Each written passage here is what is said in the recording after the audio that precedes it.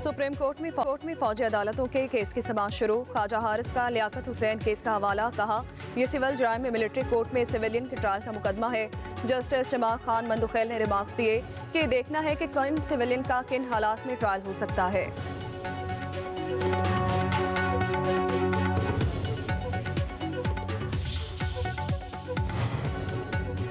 बानी पीटीआई और बुशरा बीबी के खिलाफ तोशाखाना 2 केस की समाअत आज होगी। स्पेशल जज सेंट्रल शाहरुख अर्जुमन अडियाला जेल में समाअत करेंगे। बानी पीटीआई को अदालत में पेश किया जाएगा। बुशरा बीबी अदालत पेशी के लिए अडियाला जेल पहुंच गई।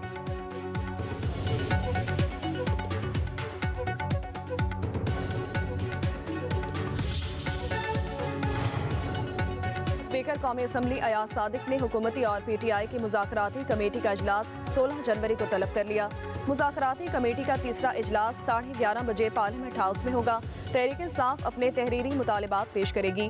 पीटीआई रहनुमा असद कैसर ने स्पीकर कौमी असम्बली से टेलीफोनिक राब्ता करके इजलास बुलाने की दरख्वास्त की थी।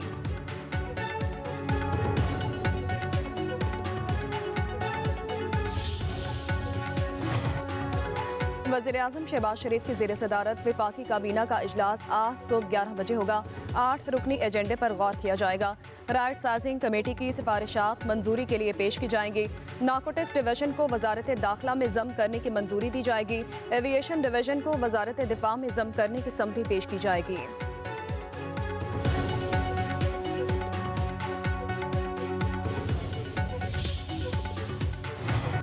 दहशत गर्दी के खात्मे के लिए सियासी और अवामी हिमायत जरूरी है। अमन खराब करने की किसी भी कोशिश का फैसला कुन जवाब दिया जाएगा। शैतानी कुव्वतों के खिलाफ यकजा खड़े हैं। सिक्योरिटी फोर्सेस की बेमिसाल कामयाबियों पर फख्र है। दुश्मन भारी नुकसान उठाते रहेंगे। Army chief general Syed Asim Munir की पेशावर में गुफ्तगू। चीफ ऑफ आर्मी स्टाफ का दौरा पेशावर के दौरान सिक्योरिटी की सूरत हाल और इंसदाद दहशत गर्दी ऑपरेशन पर तफसीली ब्रीफिंग दी गई।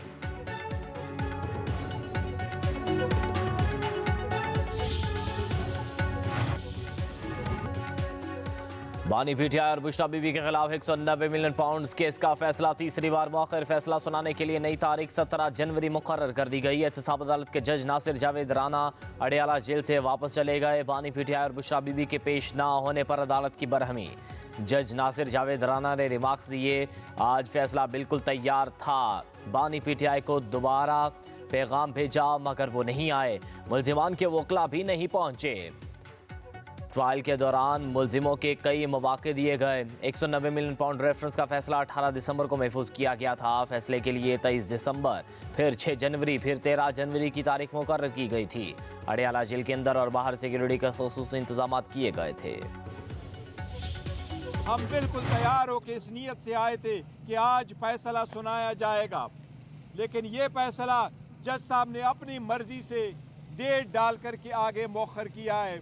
किसी भी डील का नतीजा नहीं है। ये पॉलिटिकली मोटिवेटेड और एक अनफेयर प्रोसेस शुरू हुआ है, जिसका मकसद फ़कत खान साहब को ज़ेर करना था, उनको कंप्रोमाइज़ करना था।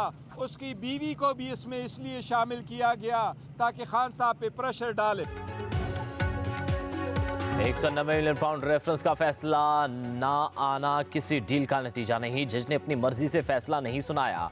बानी पीटीआई को दबाव में लाने के लिए केस बनाया गया। ये बेहुदा केस है। इंसाफ हो तो बानी को बाइज्जत बरी होना था। चेयरमैन पीटीआई बैरिस्टर गोहर की अडियाला जेल के बाहर मीडिया से गुफ्तगू। कहा, बानी पीटीआई को केसेस की परवाह नहीं, आइन और जमहूरियत की लड़ाई लड़ रहे हैं। 190 मिलियन पाउंड केस भी खत्म हो जाएगा।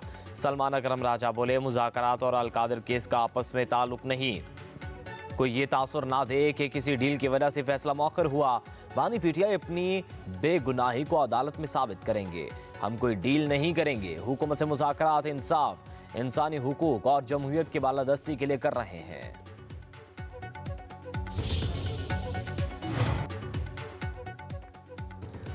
अपोजिशन रहनुमा उमर अयूब ने 190 मिलियन पाउंड केस को भोंडा केस करार दे दिया। कहते हैं, बानी और बुशरा बीबी का अलकादिर ट्रस्ट से कोई लेना देना ही नहीं। नमल यूनिवर्सिटी, शौकत खानम अस्पताल और अलकादिर यूनिवर्सिटी बानी पीटीआई ने बनाई। हुकूमत खुद तो कुछ कर नहीं सकती, इसीलिए एक केस बना दिया। हुकूमत के हमनवा गुज़श्ता रोज से शुरू हो गए थे। उनके पास फैसले की तहरीर कहां से आई?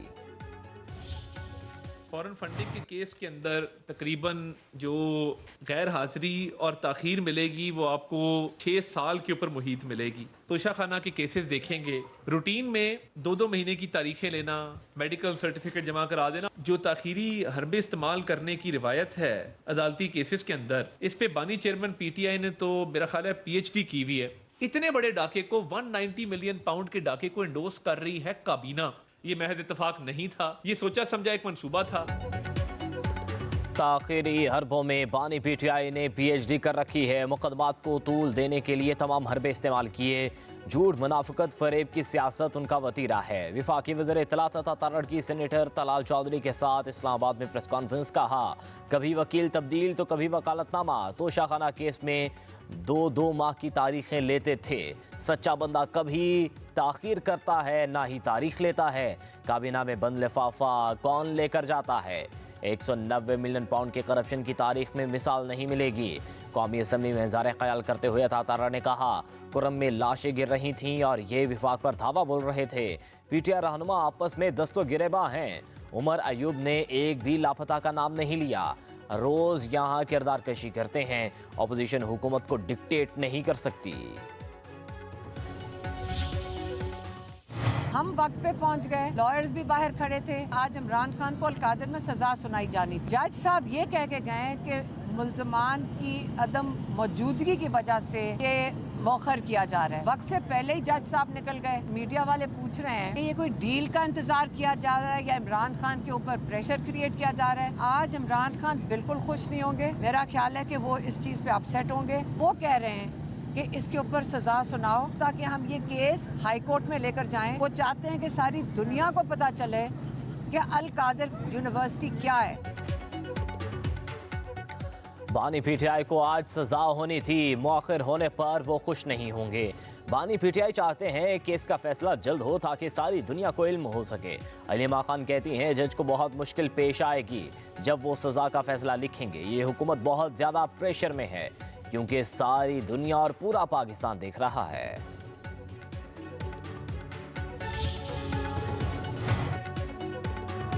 बानी PTI पर मुकदमात गलत नहीं, जो जुर्म किए वो छुपे नहीं। सऊदी अरब से मिलने वाली घड़ी बेची, पैसे अपने पास रखे, बाद में झूठ बोला। सिंध के सीनियर वजीर शर्जील इनाम मेमन का कहना है 9 मई के वाकयात के पीछे बानी PTI थे। सोची समझी साजिश के तहत प्रोपेगेंडा चल रहा है।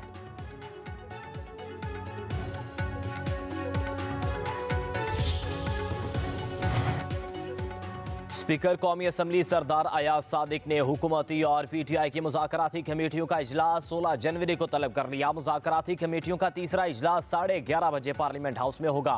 तहरीक इंसाफ अपने तहरीरी मुतालिबात पेश करेगी। PTI रहनुमा असद कैसर ने स्पीकर कौमी असम्बली से टेलीफोनिक राबता करके इजलास लाने की दरख्वास्त की थी।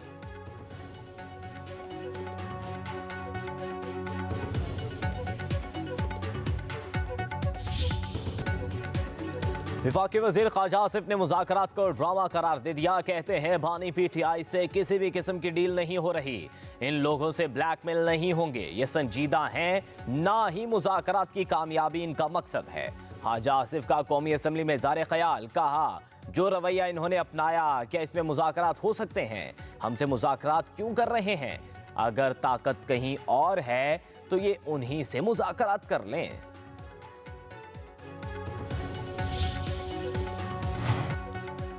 9 मई और 26 नवंबर के वाकयात पर कमीशन ना बना तो मुज़ाकरात खत्म हो जाएंगे। PTI रहनुमा शौकत यूसुफजई का कहना है एहतजाज का हक हमसे किसी ने नहीं छीना। कानून की हुक्मरानी और इंसाफ नहीं होगा तो हमारे पास एहतजाज के अलावा और क्या रास्ता रह जाता है। हमारी ख्वाहिश है मुज़ाकरात कामयाब हो जाएं ताकि मुल्क में इस्तेहकाम आए। इंतखाबात 1 साल पहले या 1 साल बाद भी हो सकते हैं।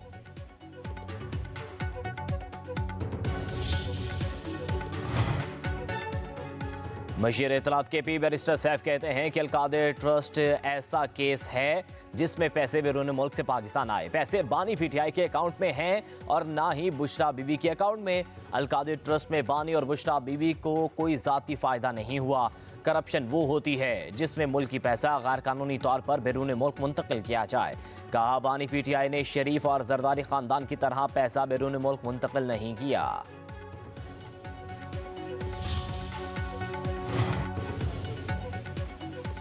फैसला का राग अलापने वालों का पूरा टब्बर अदालत से गायब रहा। वज़ीर इत्तलात पंजाब असमा बुखारी का रद्द अमल कहा, जज 2 घंटे इंतजार करते रहे लेकिन मौसूफ अपने सेल से कमरा अदालत में ना पहुंच सके। सर्टिफाइड झूठा, करप्ट और बददियानत शख्स कौम का खैर खा नहीं हो सकता। सियासी मुखालिफिन पर इल्जामात लगाने वाले खुद एहतसाब से भाग रहा है। किसी का ये ख्याल है कि NRO मिलेगा, NRO तो मिलना नहीं है।